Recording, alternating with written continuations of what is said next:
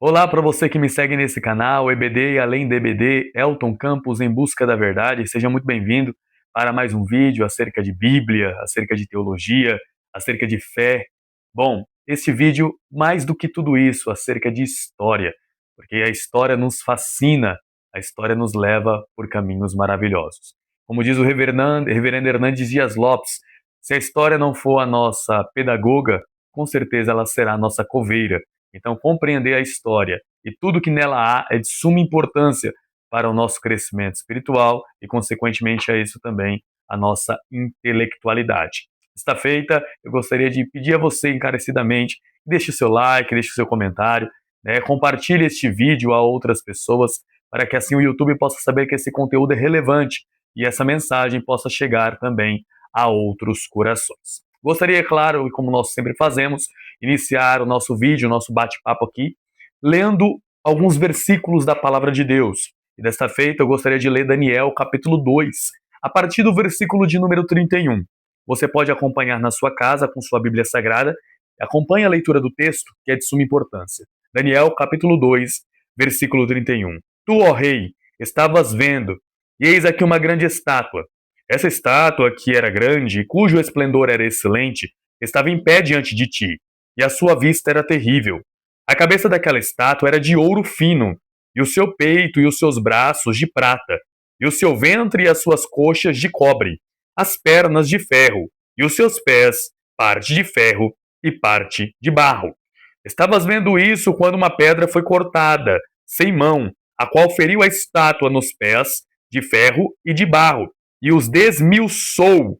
Então fui juntamente esmiuçado o ferro e o barro, o cobre, a prata e o ouro, aos quais se fizeram como para grana das eiras do Éstio. E o vento os levou, e não se achou lugar algum para eles. Mas a pedra que feriu a estátua se fez uma grande pedra, um monte grande, e encheu assim toda a terra. Bom, por que eu comecei este vídeo falando ou lendo esses versículos? Porque nós vemos aqui a testificação de como Deus trabalha na história. Na realidade, a história não foi posta para Deus ver e assisti-la. Quem escreveu a história foi o próprio Deus. Eu digo que as grandes civilizações, os grandes reinos, os grandes homens que se levantaram, todos eles se levantaram com a permissão do Senhor. O que Daniel está revelando ao rei Nabucodonosor é apenas um prelúmbio de toda a história. Na realidade, o que Daniel está revelando a Nabucodonosor são as nações que se levantariam ao decorrer dos séculos, que culminariam, que terminariam com o reino de Cristo, com o reino do nosso Senhor. Então, neste sonho, Daniel diz ao rei Nabucodonosor que a cabeça de ouro, a qual a estátua tinha, era o próprio rei Nabucodonosor e o reino da Babilônia. Ele diz que o peito e os braços, que eram de prata, seguiria-se a ser os reinos que viriam após o reino do rei Nabucodonosor, a saber, o Império Medo e o Império Persa, que se unificaram ali em meados do quinto século antes de Cristo. Consequentemente, depois disso, nós temos a menção do ventre daquela estátua, que era de bronze. Ali a menção e a revelação dada por Deus a Daniel, falando a Nabucodonosor que este grande reino seria o reino e o Império Greco-Macedônico, que teria o seu poder em meados do terceiro século antes de Cristo. E após isso, Daniel fala ao rei Nabucodonosor que as pernas de ferro daquela estátua nada mais é do que o reino de Roma, o Império Romano, o grande Império Romano.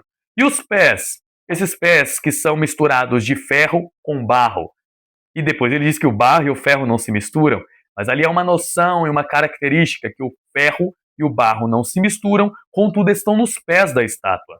Ali nada mais é do que o Império Romano esmiuçado, o Império Romano dado às 10 tribos bárbaras que vieram após o Império Romano. E, consequentemente a isso, essas 10 tribos bárbaras deram origem aí à Europa, né, o continente europeu, o qual nós conhecemos hoje. Bom, essa história nos mostra que Deus está no controle de todas as coisas. Repare que antes das coisas acontecerem, Deus avisou por meio do profeta Daniel. Então, o que há entre Malaquias e Mateus? O que há entre o período intertestamentário, o período interbíblico, aquela página em branco nas Escrituras Sagradas? Exatamente o vislumbre da história. Durante esse período de aproximadamente 430 anos, alguns reinos se levantaram. E é importante saber essas coisas por quê? Porque quando nós chegamos no Novo Testamento e nos Evangelhos, nós percebemos uma cultura já estabelecida. Nós notamos que os escritores neotestamentários, eles escrevem a partir da cultura a qual eles estavam. A saber, quando Mateus escreve o seu evangelho, o Evangelho segundo Mateus, que na cronologia escriturística não foi o primeiro evangelho a ser escrito, mas como arcabouço do Novo Testamento, está como o primeiro livro do Novo Testamento, Mateus estava numa cultura e num mundo a qual ele conhecia. Este mundo não é nos destacado a partir de Malaquias, mas este mundo aparece em Mateus de uma hora para outra. Como eu posso compreender esse aspecto cultural se eu não entender o período de 430 anos aproximadamente que percorreram entre o último livro escrito do Antigo Testamento e o primeiro livro a ser mencionado do Novo Testamento?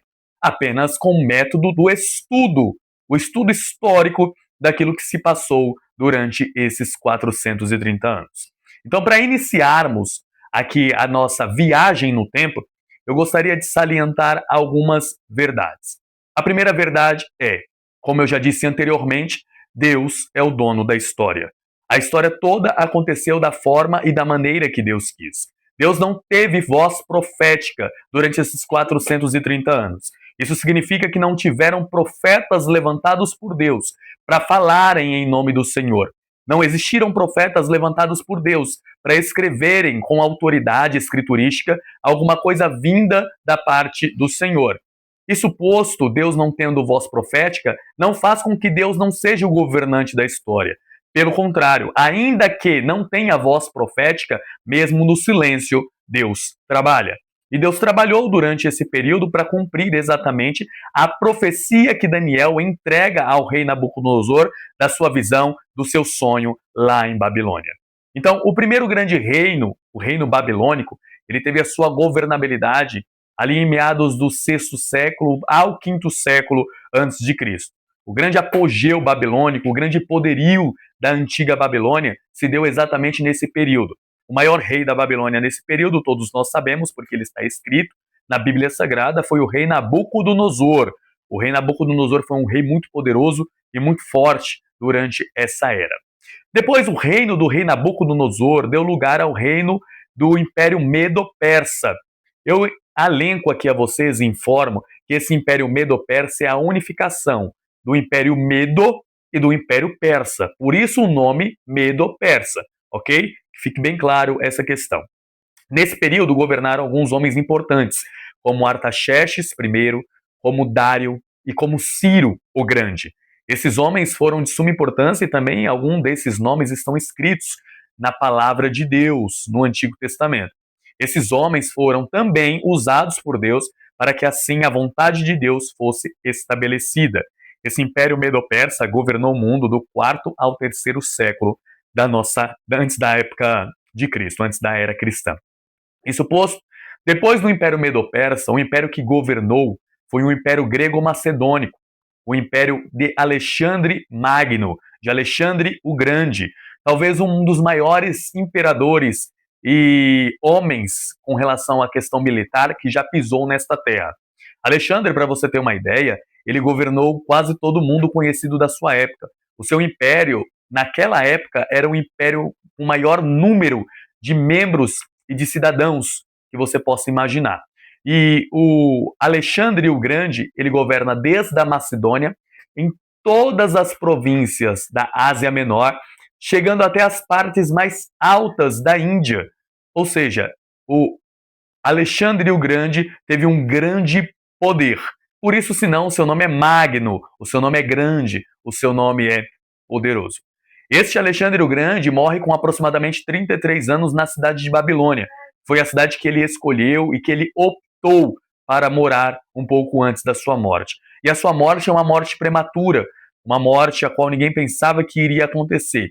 mas ele morre prematuramente. Inclusive, essa questão da morte de Alexandre o Grande, de uma forma súbita, também é descrita nas Escrituras. Né? O próprio profeta Daniel narra essa questão de que um animal muito forte morreria de uma forma súbita, de uma hora para outra. E foi exatamente o que aconteceu com Alexandre o Grande. Depois da sua morte, o seu reino é dividido entre os seus 4 grandes generais. Esses 4 grandes generais helenizam o mundo. E aí eu gostaria de começar informando a vocês o que é a helenização do mundo. O mundo helênico, o mundo grego, ele dominava as questões artísticas e culturais da sua época.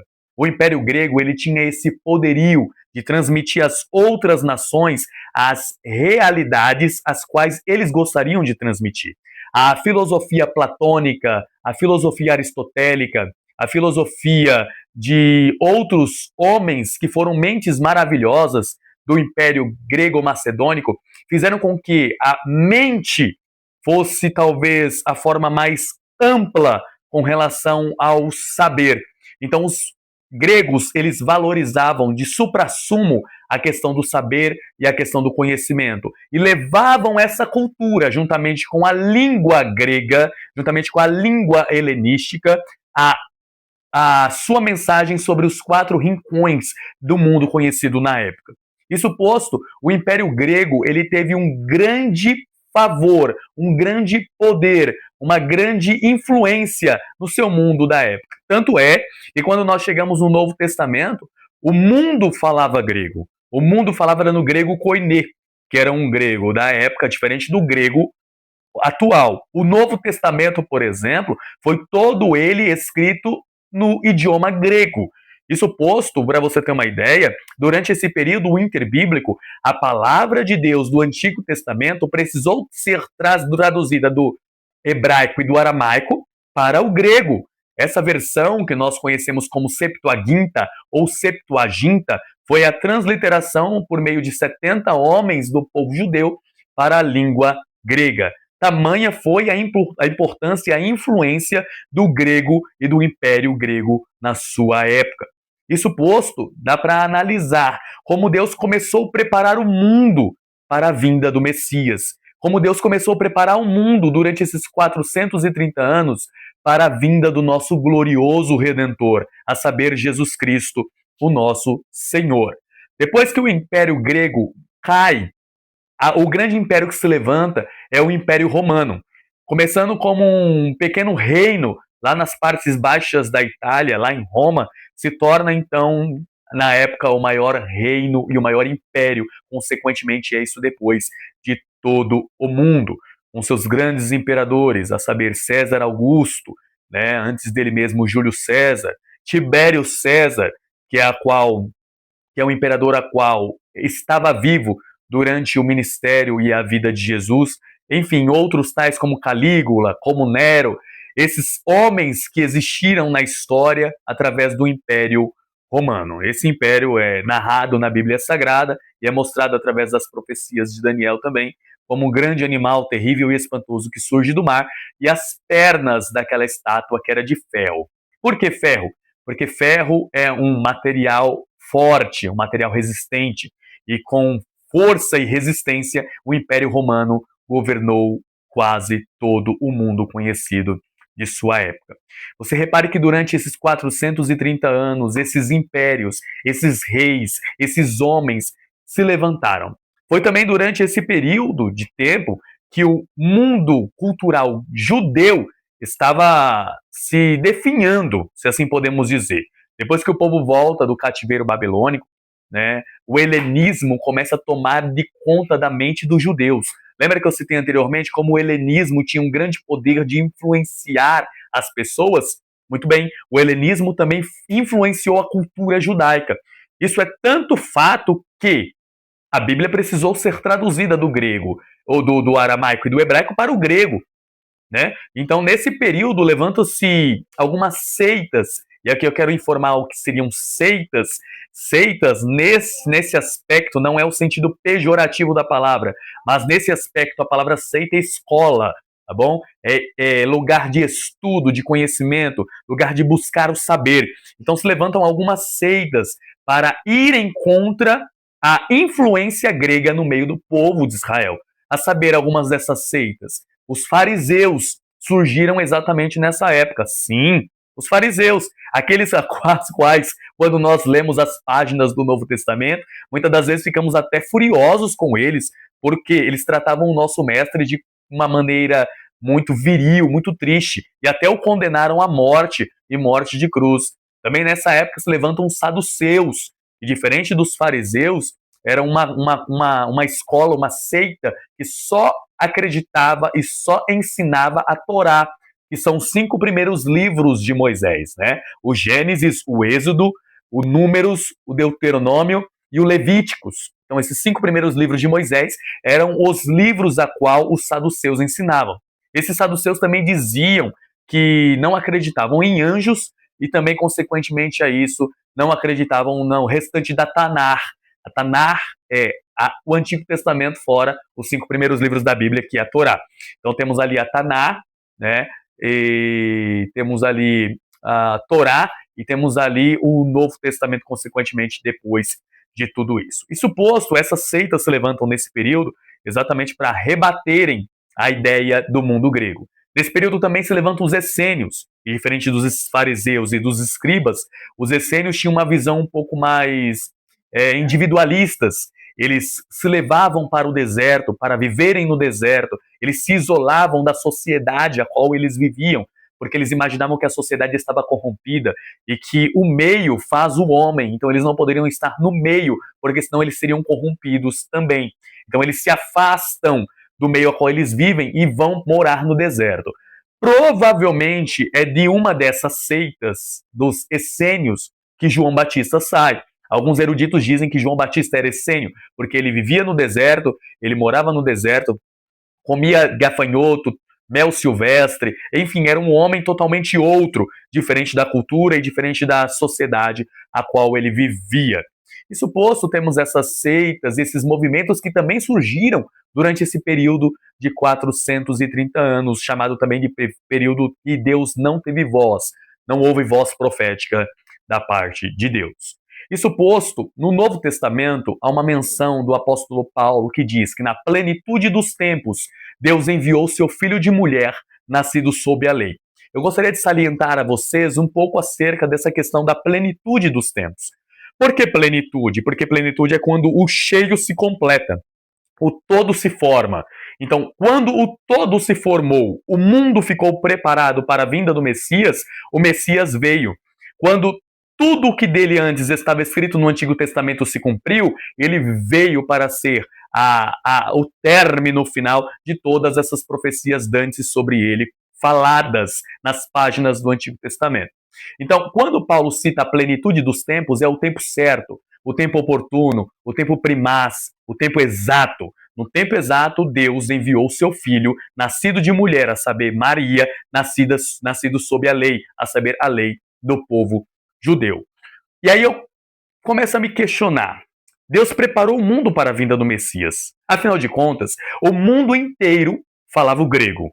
Então precisamos de um idioma universal para a propagação do evangelho. O grego foi o idioma universal para a propagação do evangelho. Afinal de contas, nós vemos os apóstolos de Jesus, a saber, principalmente o apóstolo Paulo, um homem erudito de um viés de conhecimento maravilhoso, e entrou em todos os rincões do Império Romano, pregando a Jesus Cristo e ensinando que esse era o Senhor. E em qual idioma Paulo falava com esses homens de outras terras, de outros lugares? Em grego. Afinal de contas, o grego era a língua universal da época. É como se fosse o nosso inglês nos dias de hoje. Se você chegar em qualquer país europeu, se você falar inglês, tá tranquilo. Se você chegar, por exemplo, em qualquer país na África falando inglês, tá tranquilo. Em qualquer país na Ásia ou no Oriente Médio falando inglês, tá tranquilo, porque o inglês é a língua preponderante em todo o planeta. Assim também era o grego na época do apóstolo Paulo. Então, o idioma fez com que a palavra de Deus fosse estabelecida e pregada aos corações. Outra coisa importante também, o Império Romano trouxe as pavimentações. Ninguém fez mais estradas do que o Império Romano em sua época. Vocês lembram, inclusive, de uma frase que diz que todos os caminhos levam a... Muito bem, é isso mesmo, todos os caminhos levam a Roma. Isso posto, Roma fez muitas pavimentações em sua época, fazendo com que o evangelho pudesse ir em todos os lugares. As pessoas pregavam o evangelho em todos os lugares. A dona de casa pregava o evangelho. Os homens do campo pregavam o evangelho. Os fazendeiros pregavam o evangelho. Quando a conversão acontecia em massa no Império Romano, as estradas foram primordiais para que o evangelho chegasse em todos os lugares. Você vê só como Deus preparou o mundo para que um grande feito como a vinda de Jesus pudesse acontecer? Isso é coisa gloriosa.